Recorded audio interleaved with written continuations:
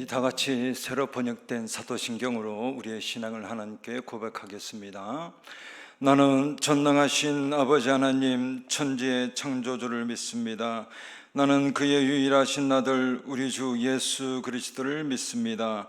그는 성령으로 잉태되어 동정녀 마리아에게서 나시고 본디오 빌라도에게 고난을 받아 십자가에 못 박혀 죽으시고 장사된 지 사흘 만에 죽은 자 가운데서 다시 살아나셨으며 하늘에 오르시어 전능하신 아버지 하나님 우편에 앉아 계시다가 거기로부터 살아있는 자와 죽은 자를 심판하러 오십니다. 나는 성령을 믿으며 거룩한 공교회와 성도의 교제와 죄를 용서받는 것과 몸의 부활과 영생을 믿습니다. 아멘.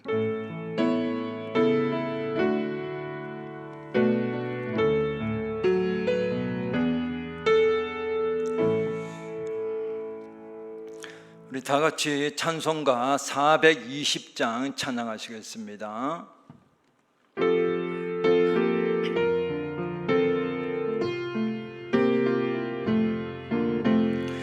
너 성결케 위해 늘 기도하며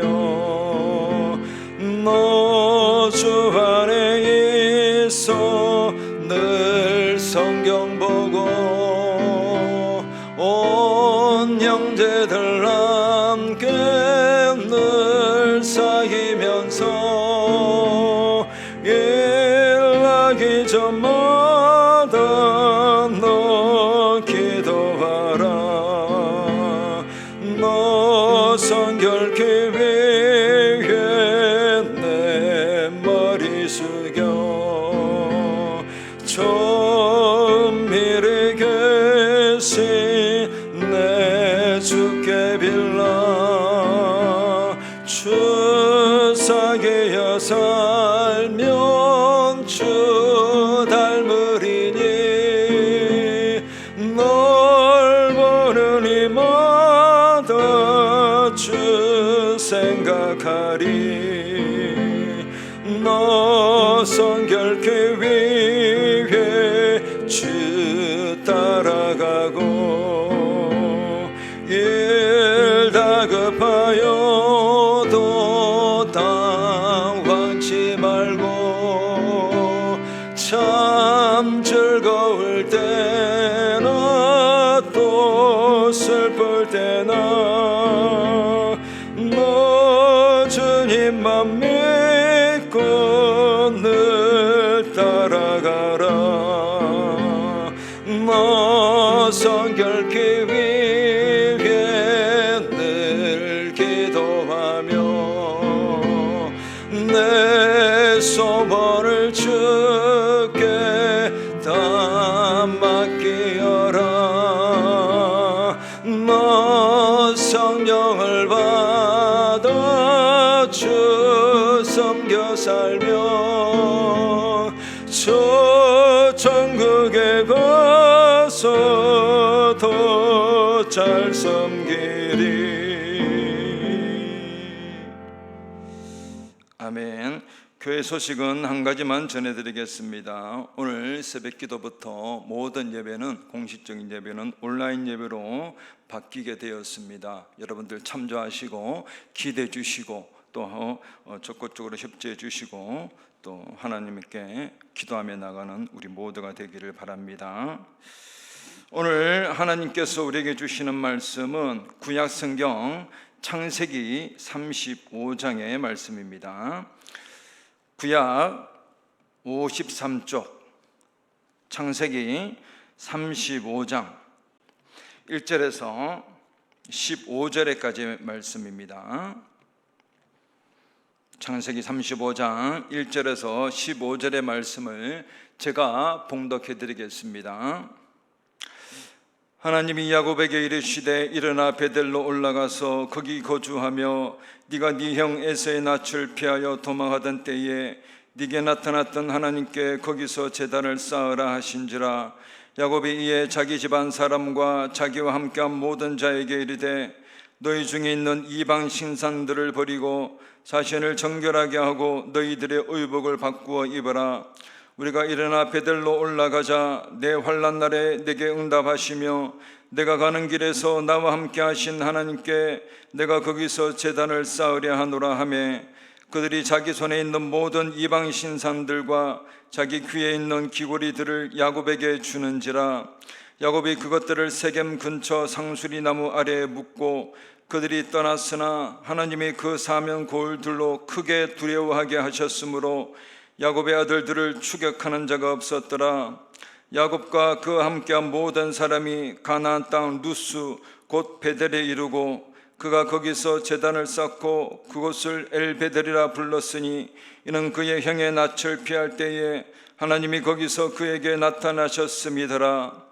리브가의 유모 두보라가 죽음에 그를 베델 아래에 있는 상수리 나무 밑에 장사하고 그 나무 이름을 알론 바굿이라 불렀더라. 야곱이 밧단 아람에서 돌아오매 하나님이 다시 야곱에게 나타나사 그에게 복을 주시고 하나님이 그에게 이르시되 네 이름이 야곱이지만은 네 이름을 다시는 야곱이라 부르지 않겠고 이스라엘이 네 이름이 되리라 하시고 그가 그의 이름을 이스라엘이라 부르시고 하나님이 그에게 이르시되 나는 전능한 하나님이라 생육하며 번성하라. 한 백성과 백성들의 총회가 네게서 나오고 왕들이 네 허리에서 나오리라. 내가 아브람과 이삭에게 준 땅을 네게 주고 내가 네 후손에게도 그 땅을 주리라 하시고 하나님이 그와 말씀하시던 곳에서 그를 떠나 올라가시는지라.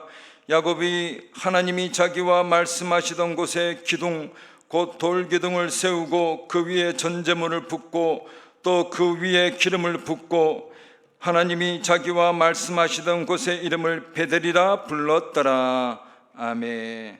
잠깐 기도하고 나가겠습니다. 주님의 은혜를 감사드립니다. 또 오늘도 예배의 자리로 하나님께 나갑니다. 이 예배 위에 하나님의 충만한 은혜가 함께 하시고 하나님의 능력이 부어지게 하여 주옵소서.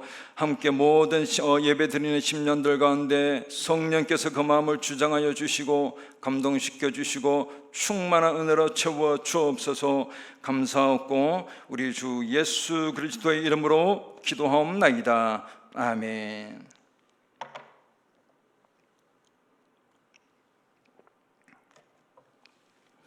오늘 각자의 자리에서 하나님을 찾는 모든 성도님들에게 하나님의 은혜가 함께하기를 축복합니다. 오늘 본문은 본문에 나오는 야곱은 이전 본문에서 사랑하는 딸 디나가 이방 휘 족속인 세겜에게 순결을 빼앗기게 됩니다. 그러자 딸 디나의 복수를 하기 위해서 이 아들 야곱의 아들 시므온과 레위가 이 세겜 사람들에게 할례를 유도해서 모든 남자들을 죽이고 또 여자와 재물과 어린이들과 짐승들을 약탈한 사건이 터집니다. 이 일로 인해서 가나안 족속과 브리스 족속이 분노하여서 야곱은 물론 야곱의 집안 모든 가족들을 다 죽일 수 있는 사건을 초래하게 됩니다.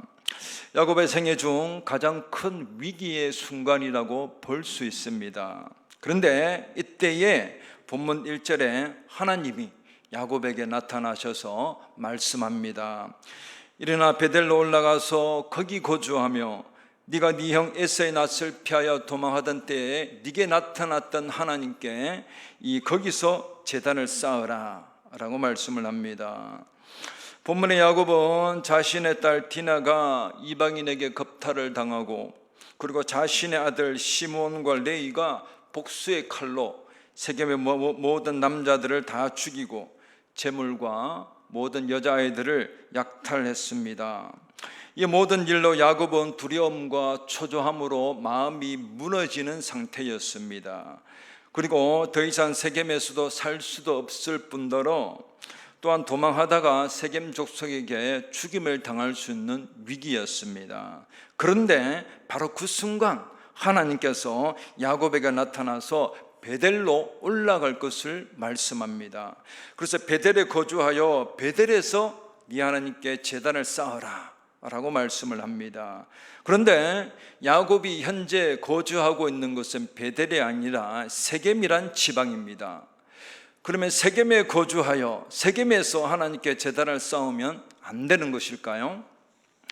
그렇다면 본문에 하나님께서 무엇 때문에 위기의 순간에 야곱에게 나타나셔서 현재 거주하고 있는 세겜이 아니라 베델에 가서 베델에 거주할 것과 그리고 베델에서 하나님께 제단을 쌓으라고 말씀을 하셨을까요?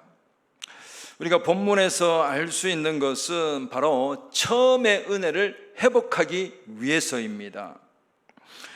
본문 1절에 하나님은 위기에 처한 야곱에게 베델에 올라가 거주할 것을 말씀하시면서 이렇게 말씀합니다. 네가 네 형 에서의 낯을 피하여 도망하던 때에 네게 나타났던 하나님께 제단을 쌓아라 라고 말씀을 합니다. 네가 네 형 에서의 낯을 피하여 도망하던 때에 네게 나타났던 하나님이라고 말씀을 합니다. 즉 하나님은 본문으로부터 약 30여 년 전 야곱이 형 에서를 2번이나 속여 장자권을 취한 것으로 목숨을 지키기 위해서 도망하던 때에 그 베델에서 나타나서 계시하시고 말씀하셨던 그 하나님을 기억하고 거기서 제단을 쌓으라고 말씀을 합니다. 창세기 28장에 나오는 베델은 야곱의 형 에서의 낯을 피하여 도망을 가는 도중에 야곱이 처음으로 하나님을 경험한 곳이고 그리고 은혜를 맛보았던 곳입니다. 즉 야곱은 베델에서 이 사닥다리를 왕래하는 하나님의 천사들을 보았고 그리고 또 약속의 땅 가나안 땅을 너와 네 후손에게 주겠다는 하나님의 음성을 들은 곳입니다. 그리고 너희 뜻을 다 이루기까지 내가 떠나지 않을 것이고 다시 이곳으로 돌아오게 하겠다라는 약속을 받은 곳입니다. 곧 야곱은 베델에서 처음이자 실제적으로 하나님의 축복을 받고 믿음의 비밀을 체험했던 곳입니다. 그래서 베델은 야곱의 목숨을 위해 피난길에 오른 가장 힘들고 어려울 때 하나님을 만난 곳이자 또한 그곳에서 은혜에 감격하여 하나님께 헌신하며 살겠다고 서원하고 다짐했던 곳이 베델입니다. 하나님은 바로 그 베델로 돌아가서 거기서 제단을 쌓으라고 말씀합니다. 무슨 말입니까? 야곱이 현재 껍데기 신앙을 버리고 옛날 순수했던 믿음을 회복하라는 말씀입니다. 옛날 하나님을 순수하게 갈망하고 사모했던 그 신앙을 되찾으라는 것입니다. 본문의 야곱은 지난날 베델에서 하나님의 뜨거운 감격과 은혜를 체험했지만 수많은 세월이 흐르면서 그 은혜는 다 식어졌고 자신 안에 점점 세속적 우상들이 자리 잡았다는 것입니다. 본문의 야곱이 거주하고 있는 세겜은 이방 우상의 도시였습니다. 야곱은 세겜의 화려한 문화와 유혹에 빠져 세겜의 도시에 10년 동안이나 눌러 앉게 됩니다. 그러나 세겜의 10년 동안 야곱과 그 집안 사람들의 영적 상태는 말이 아니었습니다. 본문 4절의 말씀처럼 야곱의 집안은 이방 신상들과 부족들로 가득 차 있었고 또 삶을 대변하는 의복은 더러움으로 물들어 있었습니다. 그래서 명목상 하나님을 찾았지 실제는 불신자나 마찬가지였다는 것입니다. 이것은 하루아침에 진행된 영적 침몰이 아니라 10년 동안 서서히 침몰된 상황이라는 것입니다. 그런데도 야곱은 그런 영적 상태에 대해서 아무런 조치를 취하지 않았고 10년을 살아왔습니다. 그 결과 딸이 이방 문화를 섭렵하다가 이방인에게 몸을 빼앗기고 또 아들들은 어떤 불신자보다 더한 악으로 갚아버리는 것을 보게 됩니다. 그래서 하나님은 그 위기의 순간에 야곱에게 나타나서 처음 순수했던 그 은혜와 감격을 기억하여 베델에 거주하면서 베델의 제단을 쌓으며 그 은혜를 회복하라고 말씀합니다. 하나님은 성도가 하나님을 뜨겁게 사랑하고 순수하게 사모했던 그 은혜를 베델의 신앙으로 돌아가기를 원하고 계십니다. 시대는 점점 하나님께 받은 순수한 은혜와 사랑과 감격을 잃어버리고 껍데기 신앙으로 살아가게 됩니다. 화려하고 세속적인 문명의 발달로 처음에 순수했던 신앙이 점점 세속적으로 변질되어 간다는 것이죠. 예수님은 누가복음 18장 8절에 말씀합니다. 그러나 인자가 올 때에 세상에서 믿음을 보겠느냐라고 말씀을 합니다. 예수님은 재림의 때가 가까울 때에 생명 있고 살아있는 믿음, 세상을 정복하는 믿음을 보기 어렵다고 말씀을 합니다. 왜냐하면 고도로 발달된 이 문명과 안락한 생활로 인해서 믿음도 은혜도 마음도 영혼도 다 식어지고 무감각해지기 때문입니다. 여기에 누구도 예외가 없다는 것입니다. 신앙의 부패는 하나님의 은혜를 잊어버리는 데서부터 시작됩니다. 성도의 마음에 하나님의 은혜가 잊어지고 사라질 때 곧장 타락한 부패로 이어집니다. 그러면 자신도 모르게 세상에 녹아져서 맛을 잃고 생명력을 잃어버려서 세상에서 무기력하고 무감각한 자로 살아가게 됩니다. 감각이 없다는 것은 죽었다는 것입니다. 여러분, 죽은 물고기는 물이 흘러가는 대로 둥둥둥둥둥 아무런 저항도 없고 둥둥둥 흘러 떠내려갑니다. 성도가 하나님께 받은 첫사랑의 은혜와 감격이 사라지고 떠나갈 때 생명 없는 자가 되어서 시대의 풍조와 문화에 다 휩쓸려 떠내려가 버리고 만다는 것입니다. 그러나 살아있는 물고기는 물을 거슬러 올라가듯이 그 안에 생명력이 있는 성도는 패역한 시대의 흐름을 알고 이 시대의 풍조와 기류를 헤쳐나가고 또한 복음의 삶을 살아가며 이 땅에서 믿음으로 하나님의 뜻을 이루어가는 삶을 살아가게 된다는 것입니다. 이것은 묵은 신앙과 낡은 신앙으로는 되지 않고 순수하고 오염이 없는 은혜와 감격과 믿음으로 가능하다는 것입니다. 왜냐하면 때묻지 않는 그곳에 성령이 역사하여 치유와 회복의 역사가 있게 하고 새로운 창조의 역사를 만들어 가신다는 사실입니다. 그래서 성도는 하나님을 순수하게 만나고 은혜를 맛보았던 경험을 늘 기억하고 그 순수한 첫사랑과 은혜와 감격을 사모하고 기도하며 나아가야 합니다. 성도가 본문의 야곱처럼 이방 문화가 남잡한 이 세겜이 좋아 보여서 마음과 영혼이 거기에 눌러 앉아버리면 하나님이 원하시는 베델의 신앙과는 점점 멀어지게 됩니다. 그렇게 되면 자연히 새 속에 물들게 되어서 삼성에는 성령의 열매와 능력은 없고 형식과 무늬만 껍데기만 남은 신앙으로 전락해 버린다는 것입니다. 그럴 때 성도의 삶은 어둠의 공격에 속수무책으로 당하게 되고 늘 두려움과 걱정으로 살아갈 수밖에 없습니다. 그렇게 되면 결국 믿음을 가지고 있지만 죽은 믿음, 죽은 영혼이 되어서 겉은 번지르한데 속이 비어있는, 그래서 나아가서 속이 썩어있는 회칠한 바리새인의 신앙이 되고 만다는 것입니다. 여러분, 불신자들 보세요. 얼마나 겉포장이 아름답고 화려합니까? 그런데 그 안에는 생명이 없습니다. 주님을 모시지 못했기 때문에 겉은 화려하지만 속은 죽은 껍데기만 입은 회칠한 무덤과도 같다는 것입니다. 우리 성도들도 첫사랑의 순수한 은혜와 감격과 믿음이 식어질 때 삶은 점점 메말라 버리고, 그래서 성령의 역사도 하나님의 축복도 없는, 은혜도 없는, 생명 없는 무덤과도 같은 삶이 되고 만다는 것입니다. 이와 같은 신앙은 갈수록 새롭게 되는 것이 아니라 갈수록 묵은 신앙, 즉 객해 묵은 신앙이 된다는 것입니다. 여러분, 그와 같은 신앙을 소유하게 되면은 어떠한 소리에도 귀를 기울이지 않게 되고 요지부동이 되어서 열매가 없는, 그래서 땅만 버리는 무화과 나무가 되고 만다는 것입니다. 여러분, 고기도 질긴 고기 드셔보셨어요? 질긴 고기. 여러분, 입에서 잘 녹던가요? 질긴 고기. 저도 그런 고기 씹다 입에서 안 나가서 뱉은 적이 종종 있었습니다.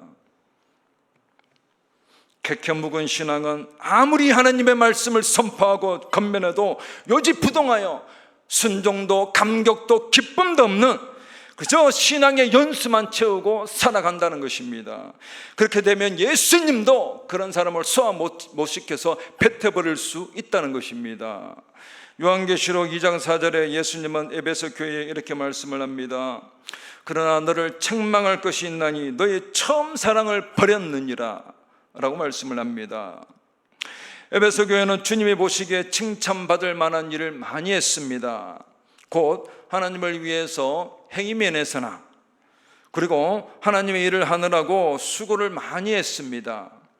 또 악한 자들을 용납하지 않아서 교회의 순수성을 지키려고 했고 또 많이 참고 게으르지 않고 부지런히 주님을 섬긴 교회임을 말씀합니다. 그러나 주님은 이들에게 책망할 것이 있다고 말씀합니다. 곧 처음 사랑을 버렸다라고 말씀을 합니다. 주님을 위해 열심히 일하고 게으르지 않고 참고 열심히 살아가는 것은 중요합니다. 그러나 처음에 순수한 사랑과 감격과 은혜가 없이 무작정 자신의 노력과 힘만으로 주님을 위해 헌신한다면 주님이 인정하는 헌신이 될 수 없다는 것입니다. 여러분, 바리새인들은 누구보다도 종교적인 면에서 열심히 있었고 종교의식에 열심을 내었던 사람들입니다. 그러나 이들의 내면에는 하나님께 대한 은혜와 감격과 기쁨이 없이 그저 형식과 무늬만 열심을 내어서 안에는 썩은 송장이라고 주님께 책망을 받았습니다. 무엇 때문입니까? 그 속에 하나님에 대한 순수한 사랑과 은혜와 감격이 없이 세속에 물들어 형식과 가식과 껍데기만 남았기 때문입니다. 하나님은 성도가 하나님께 대한 처음에 때묻지 않은 그 순수한 은혜와 사랑과 감격을 가지고 하나님께 나오기를 원하고 계십니다. 에베소 교회가 주님께 책망받은 것은 이 처음 사랑을, 은혜를 버렸기 때문입니다. 처음 사랑이란 말은 하나님을 처음으로 만난, 그래서 영적 세계를 처음으로 발견하고 그리고 하나님 안에 있는 생명의 세계를 맛보게 되어서 그래서 하나님의 사랑을 깨닫고 하나님을 진심으로 사랑하게 된 것을 말합니다. 이럴 때 성도는 구원받은 것에 대해서 감사하고 하나님 한 분만으로 즐거워하며 그리고 믿는 일을 가장 중요하게 여기며 또한 주를 위해서라면 모든 것을 바치려는 마음을 갖게 된다는 것입니다. 또 처음 사랑이 있으면 항상 간절한 마음으로 기도하고 그리고 주를 사모하는 마음이 뜨겁고 또한 성경 말씀이 은혜가 되어서 꿀보다 달게 됩니다. 그런데 우리는 어떻습니까? 기도는 중노동이 되지 성경만 보면 잠이 오잖아요. 저도 잠이 올 때가 많더라고요. 뭡니까? 첫사랑의 은혜와 감격이 다 식었다는 것입니다. 시대는 점점 처음에 받은 은혜와 사랑과 감격을 잃어버리게 합니다. 처음에는 하나님을 향한 뜨거운 열정을 가지더라도 배가 부르고 아쉬울 게 없을 때 자연히 찾아오는 육신의 안락으로 인해서 믿음도 식어지고 기도도 식어지고 마음이 식어져서 처음에 신앙과 감격을 다 잃어버린다는 것입니다. 그래서 살아 역사하시는 하나님을 믿는 것이 아니라 머리로만, 이해해서만, 귀로만 들어서 듣는 하나님을 믿게 된다는 것입니다. 거기에는 은혜도 기쁨도 감격도 없고 머리만 커져서 대적하고 불순종하는 것이 많아진다는 것입니다.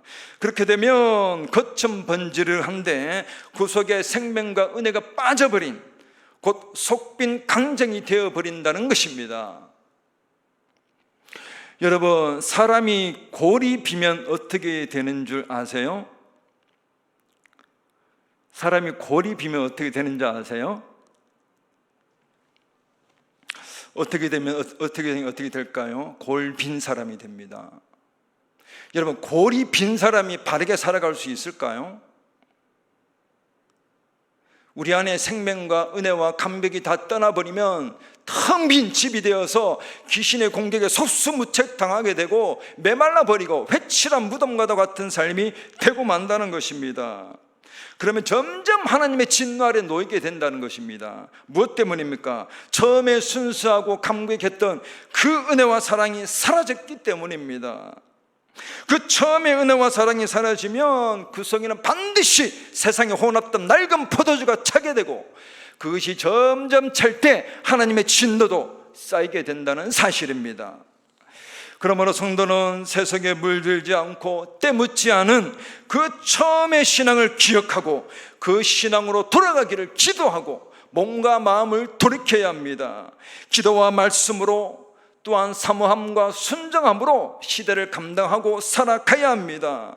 마태복음 28장 10절에 부활한 예수님은 막달라 마리아와 다른 여인들에게 나타나시어서 이렇게 말씀을 합니다.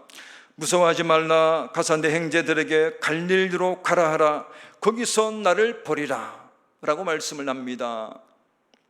예수님은 부활 후에 낭망에 빠져 있는 제자들에게 다시금 소망과 기쁨을 주기 위해서 예수님이 예루살렘이 아니라 갈릴리로 가라. 그러면 거기서 나를 보게 될 것이다 라고 말씀을 합니다. 갈릴리는 제자들이 처음으로 예수님을 만난 곳이고 사명을 받은 곳입니다. 주님의 은혜를 경험했던 곳이, 처음으로 경험했던 곳이 갈릴리였습니다.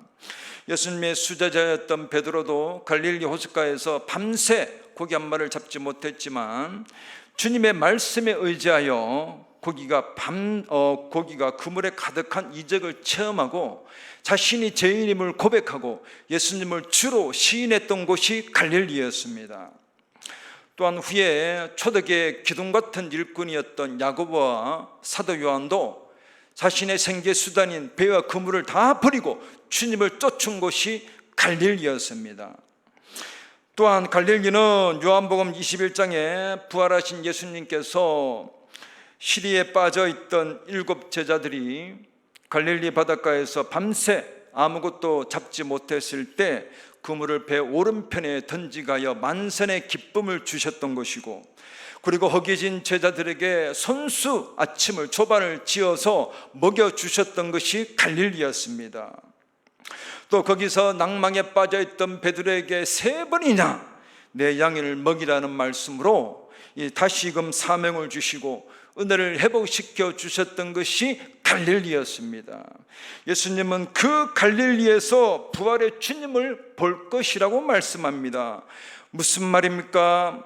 그 옛날 너희가 나를 만났던 그 첫사랑과 은혜를 기억하고 그 순수한 은혜를 회복하며 다시금 사명의 삶을 살아가라는 말씀입니다. 곧 갈릴리에서 은혜를 맛보고 주님의 사랑과 능력을 체험한 그 세상에 불순물이 섞이지 않은 그 순수한 열정과 은혜와 사랑을 회복하라는 것입니다.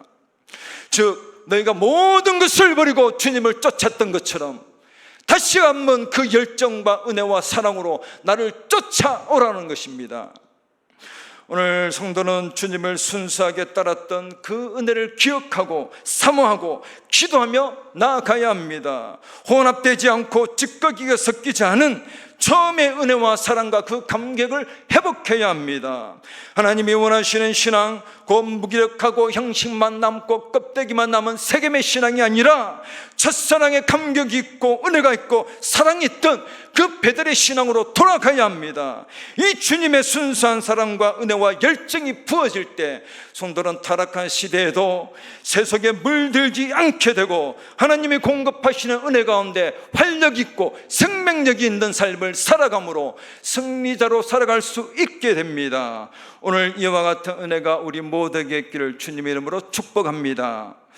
여러분, 그러면 성도가 어떻게 하면 주님이 원하시는 처음의 은혜와 감격을 회복하여서 이 타락한 시대에도 그를 통하여서 생명이 흘러나오고 이 땅에서 하나님의 뜻을 이루어가는 삶을 살아갈 수 있겠습니까? 우리가 본문에서 알 수 있는 것은 바로 삶 가운데 우상을 버리는 것입니다. 본문 2절에 이렇게 말을 합니다. 야곱이 이에 자기 집안 사람과 자기와 함께한 모든 자에게 이르되 너희 중에 있는 이방 신상들을 버리고 자신을 정결하게 하고 너희들의 의복을 바꾸어 입으라 라고 말을 합니다. 야곱이 베델로 올라가서 단을 쌓으라는 이 하나님의 말씀을 듣자 자신의 가족과 자신의 모든 사람들에게 이방 신상들을 버리고 자신을 정결하게 하라라고 말합니다. 이것은 하나님만을 섬겼던 야곱의 심 안에 어느새 우상이 가득하여 하나님은 보이지 않고 우상만 보이게 되었다는 것입니다. 죄의 원인 중에 하나가 우상입니다. 우상은 하나님과 나 사이에 가로막는 끼어드는 모든 것은 우상입니다. 내 걸음을 방해하는 것은 다 우상이고 발목을 잡는다는 것이죠. 그래서 야곱은 처음 순수한 베델의 신앙을 회복하기 위해서 이방 신상들을 다 버리게 합니다. 성도가 하나님께 나아가는데 달콤한 세상 문화와 놀이와 모임이 하나님보다 더 마음이 가고 끌리게 된다면 그것이 우상이 될 수 있습니다. 구약시대에는 이러한 우상이 눈에 보이는 것들이 많았습니다. 현대에도 성도를 유혹하는 이생의 자랑거리들이 성도들의 믿음과 은혜를 빼앗아서 하나님께 가는 길을 막고 하나님을 바라보지 못하게 한다는 것입니다. 성도는 자신의 믿음을 막고 있고 자신을 유혹하고 걸림돌이 되게 하는 우상이 무엇인지 살펴보아서 버려야 합니다. 여러분, 하나님이 눈에 보여요? 안 보여요? 안 보이죠. 그런데 세상의 화려한 것들은 얼마나 눈에 잘 보이고 화려하고 매력적입니까? 탐스럽습니까? 그래서 여기가 좋사오니 덥석 물고 앉아버리면 믿음도 영혼도 은혜도 다 빼앗기게 된다는 것입니다. 본문 2절에 너희 중에 이방 신상들을 버리고 자신을 정결하게 하라라고 말을 합니다. 야곱은 우상을 버려서 자신을 정결하게 깨끗하게 하라고 말합니다. 자신을 정결하게 하라는 말은 마음을 깨끗하게 하라는 말입니다.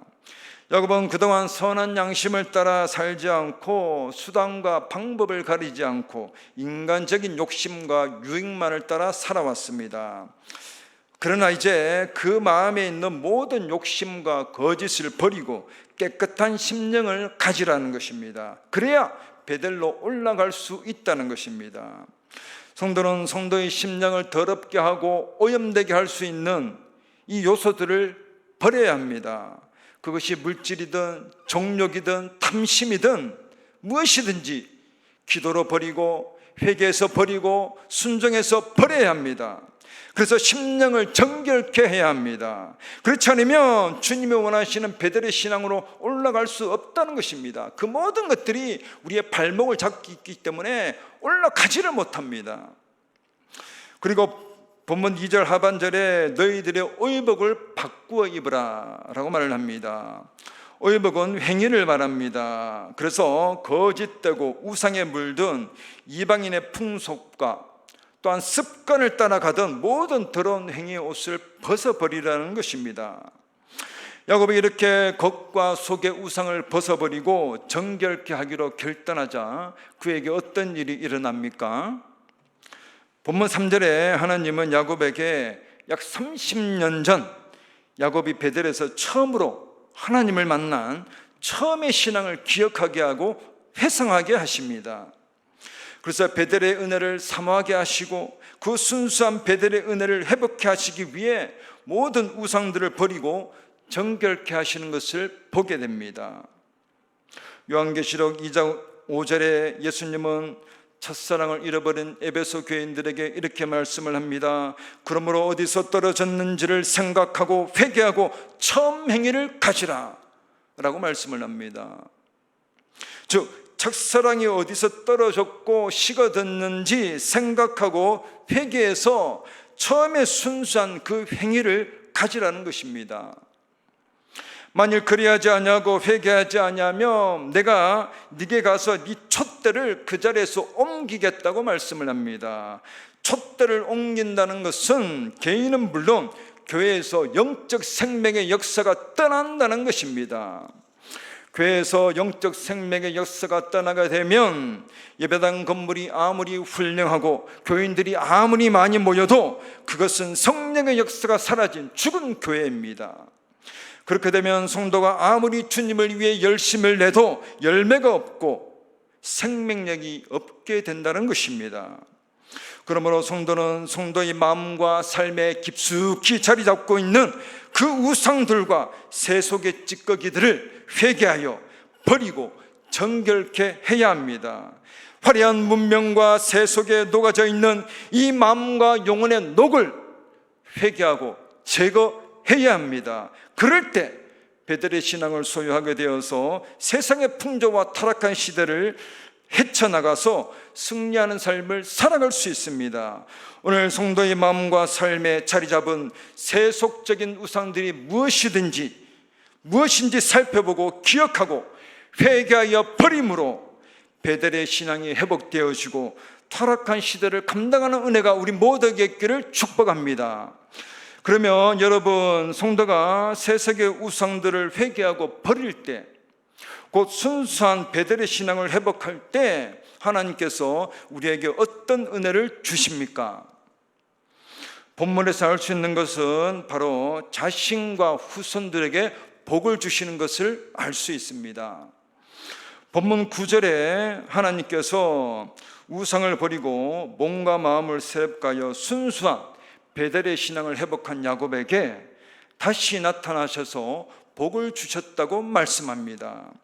그리고 본문 10절에 하나님께서 야곱의 이름을 바꾸어 주시는데 곧 이스라엘로 바꾸어 주십니다. 곧 하나님이 통치하시고 하나님이 이기신다라는 뜻인 이스라엘로 바꾸어 주셨다는 것입니다. 즉 이제부터 야곱의 삶이 속이고 간사한 삶이 아니라 하나님이 통치하시고 인도하셔서 늘 이기고 승리하는 삶을 살게 하겠다는 것입니다.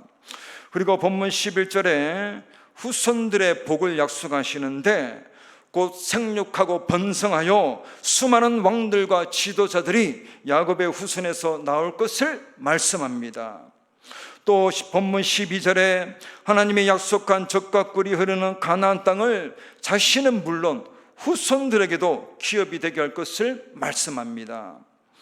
하나님은 이 약속대로 야곱의 후손을 크게 강성케 하셨고 가나안 땅을 후손들에게 다 주셨습니다.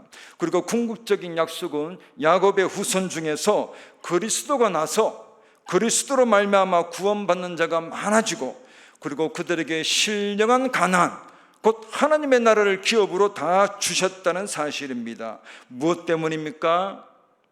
바로 야곱이 삶의 우상을 버리고 회개하여 몸과 마음을 새롭게 했기 때문입니다. 그래서 베델의 신앙을 때묻지 않고 세속에 물지 않는 세속에 물들지 않은 그 첫사랑의 은혜와 감격을 회복했기 때문입니다. 오늘 성도의 삶과 마음에 자리 잡고 있고 숨어 있는, 그래서 신앙의 발목을 잡고 있는 여러 가지 우상들을 회개하여 버리고 정결케 함으로 베델의 신앙을 가질 수 있기를 소망합니다. 그 베델의 신앙이 될 때 하나님께서 자신은 물론 후손들에게도 은혜를 베푸시어 축복의 가문이 되게 하신다는 사실입니다. 윗물이 맑아야 아랫물이 막듯이 자신이 정결케 되고 새롭게 될 때 후손들이 복을 받고 믿음의 자녀들로 성장할 수 있게 됩니다.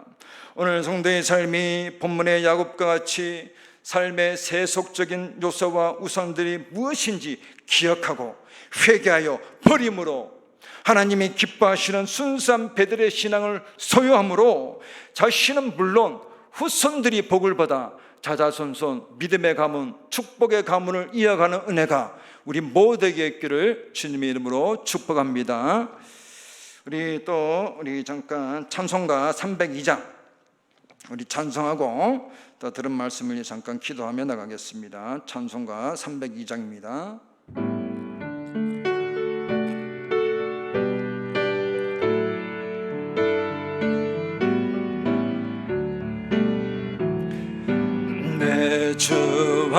하나님 넓고 큰 은혜는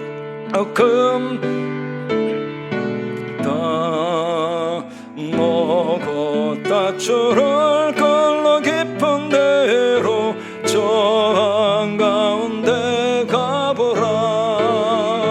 언덕을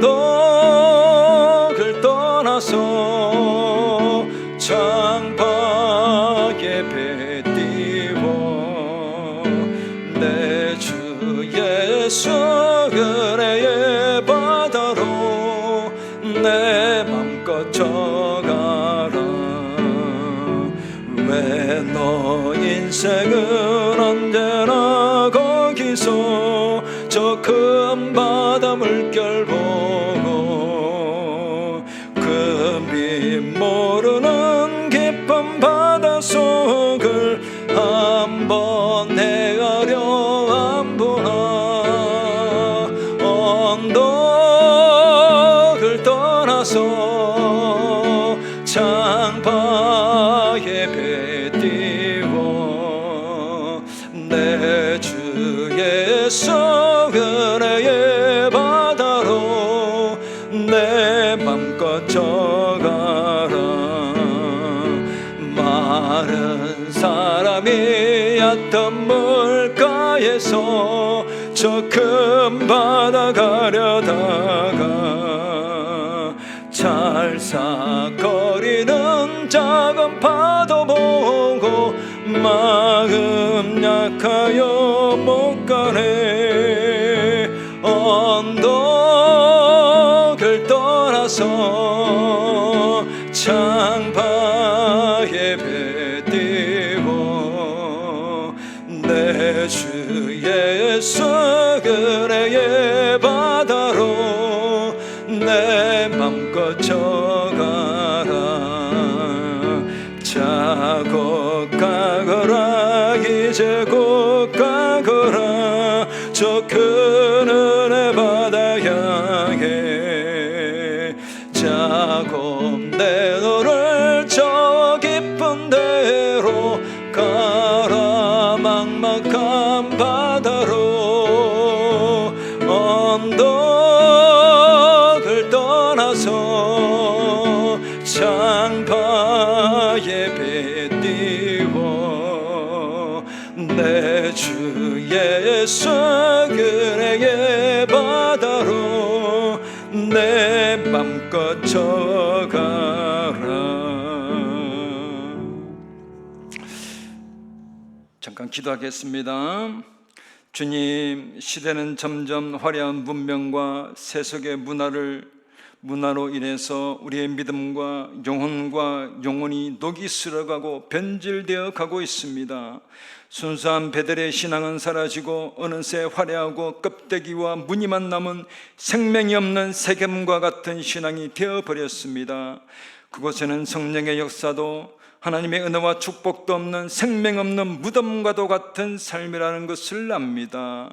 우리의 몸과 마음과 영혼에 붙어있는 여러 가지 우상들을 회개하고 버리고 의복을 바꾸어 입음으로 마음을 정결케 함으로 다시금 순수한 베들의 신앙을 회복할 수 있도록 인도하여 주옵소서. 그 베들의 신앙 위에 하나님이 새롭게 하시는 은혜와 성령의 역사로 자자손손 복을 받고 믿음의 승리자로 살아갈 수 있도록 축복드려 주옵소서. 감사하고 우리 주 예수 그리스도의 이름으로 기도하옵나이다. 아멘. 주님이 가르쳐 주신 기도로 수예배를 마치겠습니다. 하늘에 계신 우리 아버지여, 이름이 거룩히 여김을 받으시오며 나라가 임하옵시며 뜻이 하늘에서 이루어진 것 같이 땅에서도 이루어지이다. 오늘 우리에게 일용할 양식을 주옵시고 우리가 우리에게 죄 지은 자를 사하여 준 것 같이 우리 죄를 사하여 주옵시고 우리를 시험에 들게 하지 마옵시고 다만 낙에서 구하옵소서. 대개 나라와 근세와 영광이 아버지께 영원히 있사옵나이다. 아멘.